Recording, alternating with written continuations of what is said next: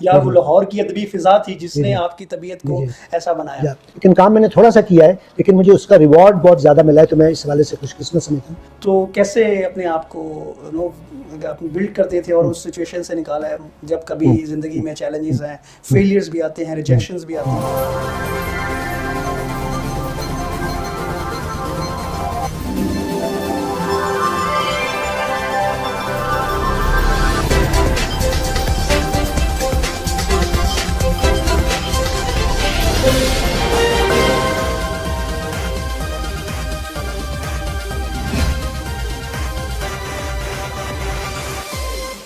ناظرین، آپ دیکھ رہے ہیں ماسٹر ٹی وی، میں ہوں ایاز مورس. پروگرام باتوں باتوں میں آپ کو خوش آمدید کہتا ہوں. آپ جانتے ہیں میں آپ کو اس پروگرام میں مختلف لوگوں سے ملواتا ہوں، ان کی زندگی کی کہانی، ان کی زندگی کے باتوں اور تجربات سے آپ کو آگاہ کرتا ہوں.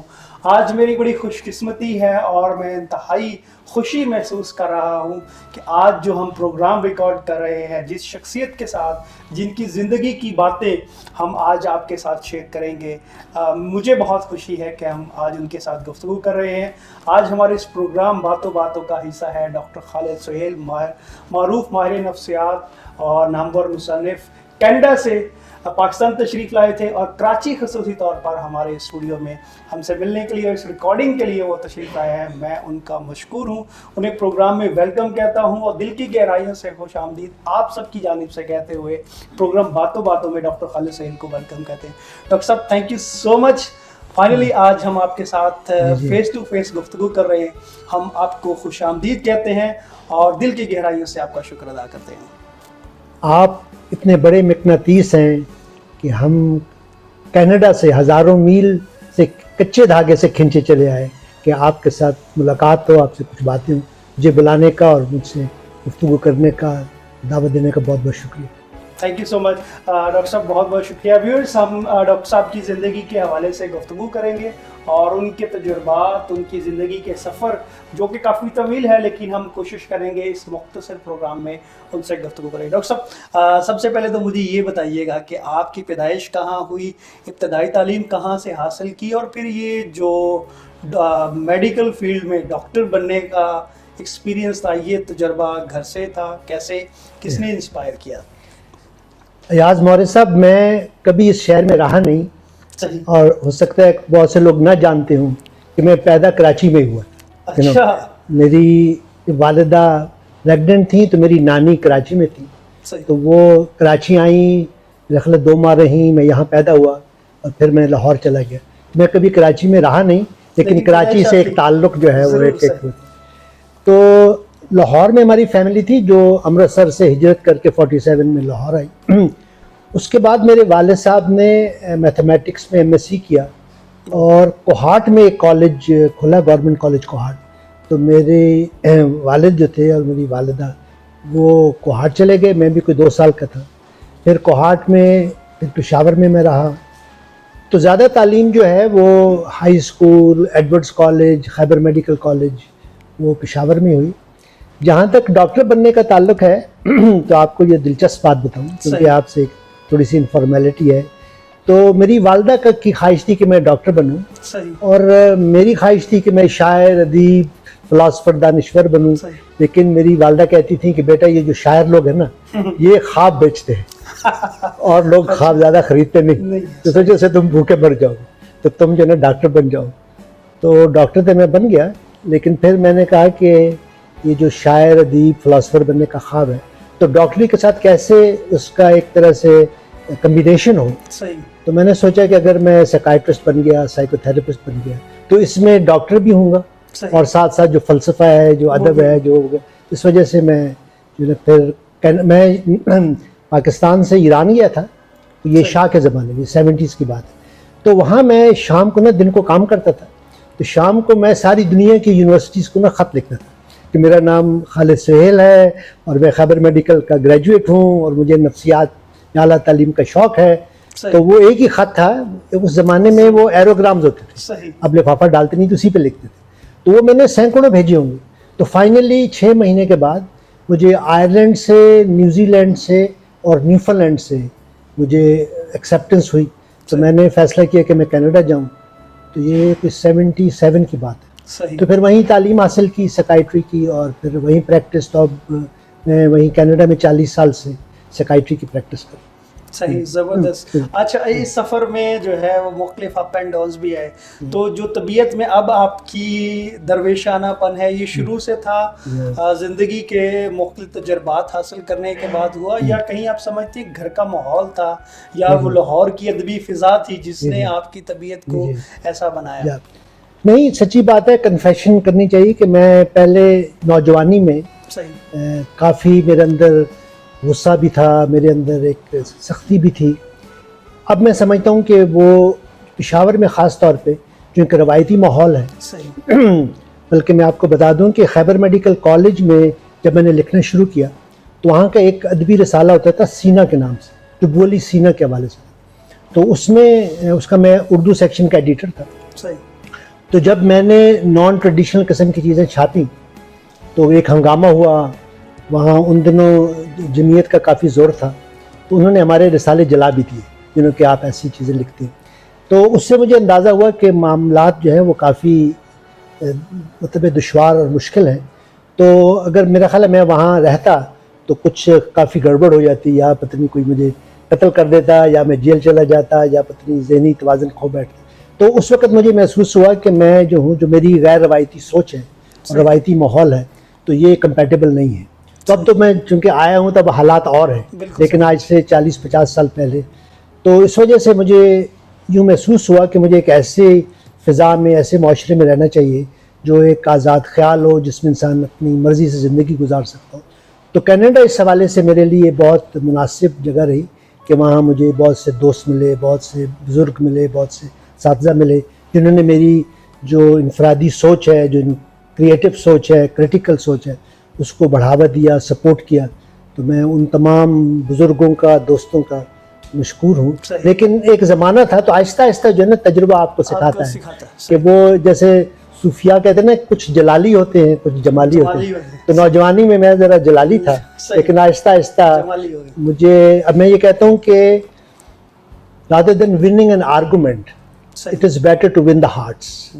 تو جو وننگ ہارٹس ہے, وہ جو فن ہے, وہ آہستہ آہستہ سیکھا کہ جو دوست ہیں, مطلب اختلاف رائے, پہلے ہم تھوڑے سے غصے میں آ جاتے تھے, اب اندازہ ہوا کہ اختلاف رائے ایک اچھی بات ہے. دوسرے کی بات سننا, اس کے موقف کو سننا, ان لوگوں سے دوستی کرنا جو آپ سے نقطۂ نظر میں مختلف ہیں, یہ جو ہے نا, یہ بڑے عرصے کے بعد یہ ہم نے سیکھا.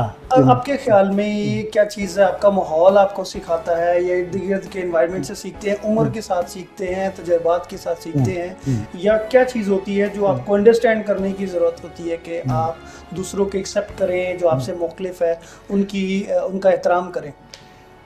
پہلا تاثر تو میرا یہ ہے کہ کچھ رول ماڈل جو ہیں, اگر آپ کو اچھے نوجوانی میں رول ماڈل مل جائے. میں خوش قسمت ہے, میرے چچا جو تھے لاہور میں رہتے, عارف عبد المتین, وہ شاعر بھی تھے, دانشور بھی تھے, تو ان سے میں بہت کچھ سیکھتا تھا. میں پشاور سے لاہور آتا تھا, ان کے ساتھ بیٹھتا. پھر یہ کہ جو کتابیں یا ادیب آپ پڑھتے ہیں, میں آپ کو مثال دوں کہ میرے لیے, چونکہ میں افسانے بھی لکھتا تھا, تو میرے لیے سعادت حسن منٹو کا جو رائٹنگز تھیں, انہوں نے مجھے بہت انسپائر کیا.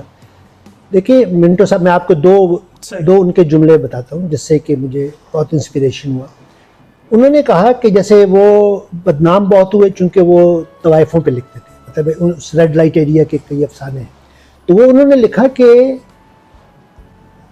ہر عورت ویشیا نہیں ہوتی, لیکن ہر ویشیا عورت ہوتی ہے. تو طوائف کے اندر بھی ایک دل ہے, وہ بھی ایک عورت ہے, اس کو سمجھنا, ہم اس کو ایک ججمنٹ سے ہم اس کو رد کر دیتے ہیں. دوسری بات انہوں نے یہ کی, منٹو سے جو میں نے سیکھا نوجوانی میں, انہوں نے کہا کہ آپ لوگ یہ کہتے ہیں کہ 1 لاکھ مسلمان جنت میں چلے گئے اور 1 لاکھ ہندو واصل جہنم ہو گئے, آپ یہ کیوں نہیں کہتے کہ 2 لاکھ انسانی جانیں ضائع ہو گئی. تو وہ جو ہیومنسٹک فلسفی ہے, انسان دوستی کی ہے, ہمارا بنیادی رشتہ انسانیت کا ہے. اس کے بعد آپ کا مذہب, آپ کی نسل, آپ کا رنگ, آپ کا فرقہ, آپ کا پروفیشن, وہ ثانوی چیزیں ہیں. تو انسانی رشتہ جو ہے, میں یہ سمجھتا ہوں کہ جب وہ ہم اپنے آپ کو انسان سمجھنے لگیں, ڈیفائن کریں, اور دوسروں سے انسانیت کے حوالے سے بات چیت کریں, یہ ایک جو ہے نا نقطۂ نظر یا فلسفی ہے انسان دوستی کی, یہ میں نے آہستہ آہستہ مختلف ادیبوں سے, مختلف بزرگوں سے اور جو ایاز مورد صاحب بات اصل میں یہ ہے کہ جو ٹالرنس ہے نا، مطلب ہے کہ ہم دوسرے کو ٹالریٹ کریں اور اس کو اپریشیٹ کریں. جیسے لفظ انڈرسٹینڈ ہے، میں کہتا ہوں جب انڈرسٹینڈ ہے مطلب ہے کہ آپ دوسرے شخص کے انڈرسٹینڈ کریں، آپ اس سے تھوڑا نیچے اٹھتے ہیں اور اس کو سمجھنے کی کوشش. اگر آپ اوپر سے کریں اور آپ فتوے لگائیں اور آپ کہیں جی میں عقل کل ہوں، اور میں مطلب میں ان کو مذاق میں ایسے ادیب و شاعروں کو کہتا ہوں کہ یہ میں علیہ السلام ہے، وہ بڑے نرگسیت کے ہمارے، وہ جی یہ میری رائے ہے اور میں عقل کل ہوں اور میں سب کو جانتا ہوں. یہ میرے نزدیک کوئی ایسا اچھا رویہ نہیں ہے. میں سمجھتا ہوں میں ایک طالب علم ہوں، زندگی سے سیکھ رہا ہوں، نوجوانوں سے سیکھ رہا ہوں، وہ ہو سکتا ہے مجھ سے کچھ سیکھیں، میں ان سے کچھ سیکھوں. تو یہ جو، اور لکھنے میں بھی آپ جانتے ہیں میں نے کبھی وہ دانشوری نہیں جھاڑی. میں جب لکھتا ہوں تو میں عام فہم زبان میں لکھنے کی کوشش کرتا ہوں. شاعری میں بھی اگر لفظ دل یوز کر سکتا ہوں تو میں قلب یوز نہیں کرتا، اگر میں لفظ مٹی یوز کر سکتا ہوں تو گل نہیں کرتا، تاکہ بات جو ہے وہ زیادہ سے زیادہ لوگوں تک پہنچے. صحیح، بہت زبردست. آپ کے بہت سارے تجربات ہیں، بہت ساری جہتیں ہیں، اور بہت ان پہ مختلف موضوعات پر اب بات کی جا سکتی ہے. لیکن میں بات کروں گا کہ جب آپ میڈیکل کالج میں تھے، وہاں آپ کے بہت شاندار تجربات رہے جس کا آپ نے ذکر بھی کیا اپنی تحریروں میں. ان میں سے کوئی ایسے واقعات جو آپ سمجھتے ہیں کہ جو بہت چینجنگ ہے؟ ایک میں واقعہ ضرور چاہوں گا جو آپ کے پشاور ایڈورڈ کالج میں آپ کے پرنسپل کے بیٹے کی شادی، میں چاہوں گا وہ واقعہ ضرور شیئر کریں. جی جی. تو میٹرک کے بعد پشاور میں کئی کالجز تھے، تو مجھے ایڈورڈس کالج میں پڑھنے کا موقع ملا. تو ہمارے ایک پروفیسر ہوتے تھے، جو پرنسپل تھے، ڈاکٹر، ابھی تک مجھے یاد ہے، فل ایڈمنڈز، میرا خیال ہے وہ آسٹریلیا کے تھے. صحیح. بہت نفیس، بہت شفیق، بہت ہی ہمدرد، تو وہ کبھی کبھار ہمیں پڑھانے آتے تھے انگلش لٹریچر. تو ایک دن وہ آئے تو بہت بزرگ تھے، سفید ان کے بال تھے، مطلب ایک، تو اس دن بہت خوش تھے. تو ہم نے پوچھا سر آپ بہت آج خوش دکھائی دے رہے ہیں. تو کہتے ہیں کہ میرا بیٹا جو ہے وہ انگلینڈ سے پی ایچ ڈی کر کے آیا ہے تو میں خوش ہوں. اور تو ایک اسٹوڈنٹ نے کہا کہ سر اب وہ پی ایچ ڈی تو کر لیا ہے، تو اب آپ اس کی شادی کا انتظام کریں گے، آپ اس کے لیے دلہن تلاش کریں گے.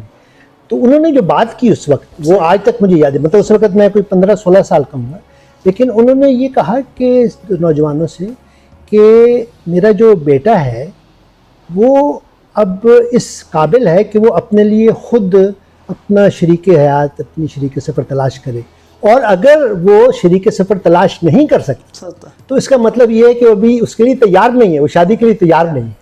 تو میرے نزدیک ایک باپ کا، ہمارے ہاں تو چونکہ آپ تو جانتے ہیں ایک کیا اس کو کہتے ہیں ارینج میرجز کا، اور ماں باپ یہ سمجھتے ہیں کہ ہم اپنے بچوں کے تمام فیصلے، ان کے پروفیشن کا، ان کی جگہ کہاں رہیں، کون سی کار خریدیں، کس سے شادی کریں.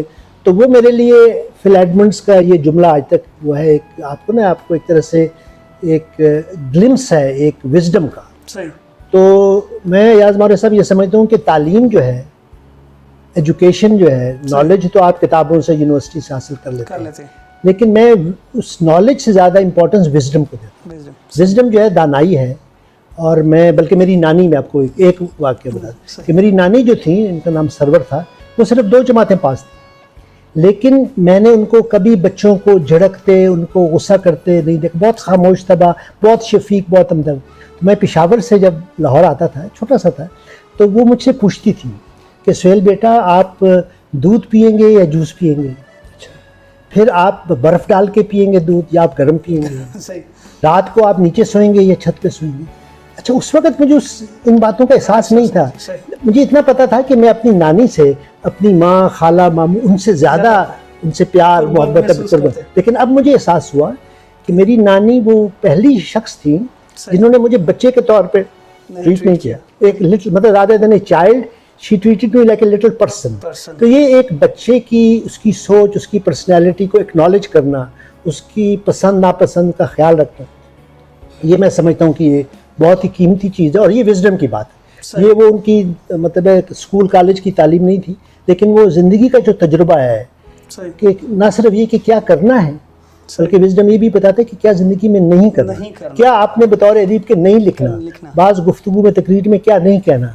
تو بہت سے بڑے بڑے دانشور جو ہیں وہ ایسی باتیں کہہ جاتے ہیں، لکھ جاتے ہیں، مناسب نہیں سمجھ. وہ کہتے ہیں نا یار ان کو یہ بات نہیں کرنی چاہیے. بالکل صحیح، بہت زبردست. اچھا، زندگی میں بہت سارے اپس اینڈ ڈاؤن آئے اور آتے ہیں ہر انسان کی. تو کیسے اپنے آپ کو بلڈ کرتے تھے اور اس سچویشن سے نکالا ہے جب کبھی زندگی میں چیلنجز ہیں, فیلیئرز بھی آتے ہیں, ریجیکشنز بھی آتی ہیں, ہم سب چکے ہیں, اور بطور ماہر نفسیات آپ کی اپنی زندگی میں بھی ایسے چیلنجز, تو ان کو آپ نے کیسے ٹیکل کیا؟ اچھا, میں اب پیچھے مڑ کے دیکھتا ہوں تو مجھے لگتا ہے کہ شاید میری پرسنالٹی میں یا فطرت میں ایک آپٹمزم ہمیشہ سے رہا. اب میں اس کا اویئر ہوں, اب مجھے اس کا احساس ہے, لیکن شروع سے میں کوئی کہیں موجود تھا جہاں وہ میں کمی ہمت ہارنے والا, آپ میں بھی وہ چیز ہے کہ جو اگر کوئی کرائسس بھی ہے تو بعض لوگ کرائسس سے نا یہ آپ سمجھتے ہیں یہ نیچرل ہوتا ہے, ہاں میرے سے نزدیک کہ آپ کی پرسنالٹی کا ایک حصہ ہے. اچھا, میں اس وجہ سے خوش قسمت تھا کہ جو میں اپنی فیملی کا, اچھا میری والدہ اپنے بہنوں میں سب سے بڑی بہن تھی اور میں ان کا سب سے بڑا بیٹا ہوں, تو میرے ارد گرد جو ہے نا پشاور, لاہور, جہاں بھی خالائیں, ماموں, نانی, مطلب ہے میرے ارد گرد کوئی 10-15 لوگ ہوتے تھے جنہوں نے مجھے انکنڈیشنل لو دی, مجھے ہمیشہ اسپیشل مجھے فیل کرا. تو میں سمجھتا ہوں ان کی محبت کی جو بارش تھی وہ مجھے اس سے میں اندر تک بھیگ گیا. تو اس وجہ سے میرے لیے لوگوں کے ساتھ ملنا اور ان کے ساتھ محبت شیئر کرنا اور ایک آپٹمزم کے زندگی میں جو کرائسس ہے, جیسے وہ اقبال کہتے ہیں نا کہ تندی باد مخالف سے نہ گھبرا اے عقاب, یہ تو چلتی ہے تجھے اونچا اڑانے کے لیے. تو یہ سمجھ جانا کہ جو کرائسس ہے یہ اس لمحے کا کرائسس ہے, یہ کوئی اینڈ آف دا ورلڈ نہیں ہے. اور اس کرائسس کے بعد مجھے اس سے کیا سیکھنا ہے. ابھی میں کل ہی نیچے کو پڑھا تھا, تو نیچے کا ایک جملہ ہے جو بہت مقبول ہے لیکن بہت سے لوگ نہیں جانتے کہ یہ نیچے کا کال ہے. تو نیچے فرماتے ہیں کہ what does not kill you makes you strong. اچھا, میں آپ کو اب میڈیکل کے بچوں کا ڈاکٹر بھی ہوں, تو اگر کسی شخص کی ٹانگ کی یا بازو کی ہڈی ٹوٹ جائے, کسی جگہ فریکچر ہو جائے اور ڈاکٹر اس کو جوڑ کے پلسٹر لگا کے جوڑ دے, تو جہاں پر ایاز صاحب جہاں پر ہڈی جڑتی ہے, جہاں وہ مطلب فریکچر ہوا ہوتا ہے, اس کے ارد گرد نیچر جو ہے ایک کیلشیم کی ایک وال بناتی ہے. وہ جگہ جو ہے اس کے بعد ہڈی کہیں اور جگہ سے ٹوٹے گی, وہاں سے نہیں ٹوٹے گی. تو نیچر بھی جو ہے نا وہ بیسیکلی آپ کو, ہم جس کو آزمائش کہتے ہیں, تو آزمائشیں جو ہیں اگر نیچر آپ کو ایک بڑا انسان بنانا چاہتی ہے تو آپ کا امتحان بھی بڑا ہے, آپ کی آزمائش بھی بڑی ہے. چھوٹی موٹی چیزوں سے اگر آپ کا دل آپ چھوٹا کر لیا, دل برداشتہ ہو گیا, تو اس کا مطلب ہے کہ آپ بڑے کھلاڑی نہیں بن سکتے. میں نوجوانی میں محمد علی کلے کو بھی دیکھتا رہتا تھا, اس کی باکسنگ, تو وہ بھی جس دن ہارا تھا نا, مطلب تو اس دن اس کا ٹیسٹ تھا, وہ ہر میچ جیتتا تھا, لوگوں کو ناک آؤٹ کرتا, لیکن ایک اس میں ہار گیا. تو ہارنے سے جو ریکوری ہے, میں سمجھتا ہوں ہمیں نوجوانوں کو یہ سکھانا چاہیے کہ وہ ہمت نہ ہاریں. وہ اگر کوئی کسی چیز میں ناکامی ہوئی ہے تو اس کو بڑے پیمانے سے لیں. کرائسس, میں کہتا ہوں crisis and opportunity to grow. تو آپ کرائسس کو, اس کے بارے میں, بحران کے بارے میں نفسیات دان ہوں, تو میں اپنے مریضوں سے ہی کہتا ہوں کہ آپ کی شادی ختم ہو گئی تو اس کا یہ مطلب نہیں کہ آپ ہمیشہ کے لیے, ہاں. تو بہرحال یہ میرا اچھا, ایک تھوڑا سا مشکل سوال ہے لیکن میں کیونکہ تھوڑی گستاخی کروں گا آپ سے پوچھ سکوں گا. آپ کی بہت ساری جہتیں ہیں, ایک ڈاکٹر, ایک ماہر نفسیات, رائٹر, ٹرانسلیٹر بھی اور شاعر بھی, لیکن اگر سمرائز کرنا چاہے, اور انسان دوست بھی ہیں آپ, اور انسانوں کے ساتھ جو آپ کا ان کی زندگی کو بہتر بنانے کا جو ایک مشن ہے اس کو بھی آپ کرتے ہیں, اور انسانوں کو ان کے بیک گراؤنڈ پس منظر سے پس پردہ جو ہے وہ آپ ان سے پیش آتے ہیں. مجھے یہ بتائیے گا کہ اگر ان ساری چیزوں کو ہم کہیں کہ ڈاکٹر سہیل خالد کو, اگر ہم نے خالد سہیل کو ایک کسی چاہیں کہ وہ سمرائز کرنا تو مشکل کام ہے, یا آپ چاہیں گے کہ یہ میری پہچان یا یہ میری چیز جو ہے نا, میں سمجھتا ہوں کہ یہ میری زندگی کا جو ہے نا کل ہے, یہ سرمایہ ہے, یا اس کو سمرائز کر کے تو یہ میری چیز جو ہے مجھے. دیکھیں ایاز مورد صاحب, مجھے یہ احساس ہوا کہ یہ جو وزڈم کا جو سفر ہے, یہ مطلب ایک انسان جو ہے نا وہ اکیلے کچھ نہیں کر سکتے. میں نے آپ کو لنچ پہ بھی کہا کہ نیٹو چیف تھے بلیک الک, تو نیٹو چیف بلیک الک کا کہنا تھا کہ چھوٹے موٹے کام ایک انسان کر سکتا ہے, لیکن اگر کوئی بڑا کام زندگی میں کرنا ہے تو وہ مل کر کرنا ہے. تو یہ جو مل کر کرنے کا کام ہے کہ میں نوجوانوں کے ساتھ، اور مجھے عمر کا، نسل کا، رنگ کا کوئی نہیں، میرے نزدیک جو بھی کریٹو شخص ہے وہ میرا کام ہی کرے. جیسے آپ کام کر رہے ہیں تو آپ کی تحریریں دیکھ کے مجھے خوشی ہوتی ہے کہ آپ میری باتیں کر رہے ہیں اپنی انداز میں اپنی. تو یہ سمجھنا میرے نزدیک جو انسان دوستی ہے اس میں یہ ہے کہ ہم سب ایک ہی قبیلے کے فرد ہیں، ہم سب دھرتی ماں کے بچے ہیں، چاہے دنیا کے کسی کونے میں کوئی بھی زبان، کوئی بھی رنگ. تو یہ جو جڑت ہے کہ بھئی یہ زندگی کا ارتقاء ہے. تو میں ایک ایوولوشنسٹ ہوں. بہت سے ادیب دانشور ہیں جو وہ ریولوشن لانا چاہتے ہیں، وہ انقلاب، وہ جلدی. تو میں ریولوشن کے حق میں اتنا نہیں ہوں، مجھے خون خرابہ اور آپ قتل و غارت کر دیں، وہ زیادہ دیر نہیں چلتا. میں ایوولوشن کے حق میں ہوں، اور وہ لوگوں کو ایجوکیٹ کریں، لوگوں کا جو شعور ہے جو ان کی. تو میں سمجھتا ہوں کہ میں اس جو پروسیس ہے جو نسل در نسل جو چل رہا ہے اس میں نے اپنی تحریروں سے اس سمندر میں کچھ قطرے ایڈ کیے ہیں. اور میں کہتا ہوں کہ my creations are my love letters to humanity. یہ انسان دوستی کی بات ہے، یہ محبت کے تحفے ہیں، اور اگر کسی کو پسند آ جائیں تو یہ میری خوش قسمتی ہے، خوش بختی ہے، اسے میری باتیں پسند ہیں. بہت زبردست ڈاکٹر صاحب، مجھے بالکل بھی اندازہ نہیں ہوا کہ ہمارا وقت کتنی تیزی سے بڑھا ہے آگے. لیکن پروگرام کو ختم کرنے سے پہلے میں چاہوں گا کہ اگر ایک تو یہ بات پوچھنا چاہوں گا، اب تک آپ کی جو زندگی کا سفر ہے آپ اس سے کتنے خوش ہیں، اور کیا میسیج دینا چاہیں گے ان لوگوں کو جو اسٹرگل کر رہے ہیں اور انہیں لگتا ہے کہ ان کی زندگی ورتھ وائل نہیں ہے، وہ زندگی میں کامیاب نہیں ہے، یا وہ ان کی اہمیت نہیں ہے جو وہ کام کر رہے ہیں وہ کس طریقے سے امپورٹنٹ نہیں ہے. تو what will be your input for them? پہلے آپ کی زندگی سے کیا آپ اپنی زندگی کو محسوس کرتے ہیں؟ میں بہت اپنے آپ کو خوش قسمت سمجھتا ہوں کہ جب میں نوجوان تھا، جب ٹین ایجر تھا، تو میں نے 4 خواب دیکھے تھے. ایک رائٹر بننے کا، ایک سائکیٹرسٹ بننے کا، ایک ساری دنیا گھومنے کا، اور ایک بہت سی نسلوں، رنگوں، قوموں کے دوست بنانے کا. تب جب پیچھے مڑ کے دیکھتا ہوں تو مجھے لگتا ہے کہ میرے خواب و شرمندے تعبیر ہو گئے. تو میں بہت سیٹسفائیڈ فیل کرتا ہوں. اور مجھے زندگی میں یہ جو آپ حیران ہوں گے، مجھے اتنے خط آتے ہیں، مطلب لوگوں سے جو محبت، جو پیار، جو اپنائیت، جو خلوص ہے، مجھے زندگی میں اتنا مل رہا ہے. جو میں نے تھوڑا سا کام کو زیادہ نہیں لگتا ہے، لیکن کام میں نے تھوڑا سا کیا ہے، لیکن مجھے اس کا ریوارڈ بہت زیادہ ملا ہے. تو میں اس حوالے سے خوش قسمت سمجھتا ہوں. اور میں ینگ لوگوں کو یہی کہتا ہوں کہ یہ جو سفر ہے، آپ کوئی بھی آرٹسٹ ہے، آپ رائٹر ہیں، آپ ڈانس، آپ میوزک، تو یہ ایک میراتھن رن ہے. اس یہ 40 کلومیٹر کی دوڑ ہے. تو اس میں آہستہ آہستہ چلنا. میرے کلینک میں کوئی 200-300 ٹرٹلز ہیں، تو میں کچھوے کو زیادہ پسند کرتا ہوں. بہت سے لوگ جو ہے نا وہ 100 میٹر اسپرنٹ، وہ خرگوش کی طرح بھاگتے ہیں جلدی. اب جو فیس بک، سوشل میڈیا، آپ تو اس کے ماہر ہیں، تو اس کا بہت سے فائدے ہیں. اس کا ایک نقصان یہ ہے کہ لوگ جلدی شہرت حاصل کرنا چاہتے ہیں. تو ٹھیک ہے، آپ کر سکتے ہیں، لیکن وہ زیادہ دیر رہتی نہیں. مقصد پروموشن سے زیادہ آپ کا کریٹو کام ہے. جیسے آپ نے کہا نا آپ لنچ پہ، کہ انسان کا کام جو ہے وہ اس کی انٹروڈکشن ہونی چاہیے، نہ کہ اس کی دولت، نہ کہ اس کی شہرت. تو بہرحال یہ میں سمجھتا ہوں کہ نوجوانوں میں بہت کریٹیوٹی ہے، اور ان کو اپنے ارد گرد ایسے دوستوں کا حلقہ بنانا چاہیے جو کریٹو ہوں اور ان کو سپورٹ کریں، اور مل کر جو ہے نا یہ کام کریں.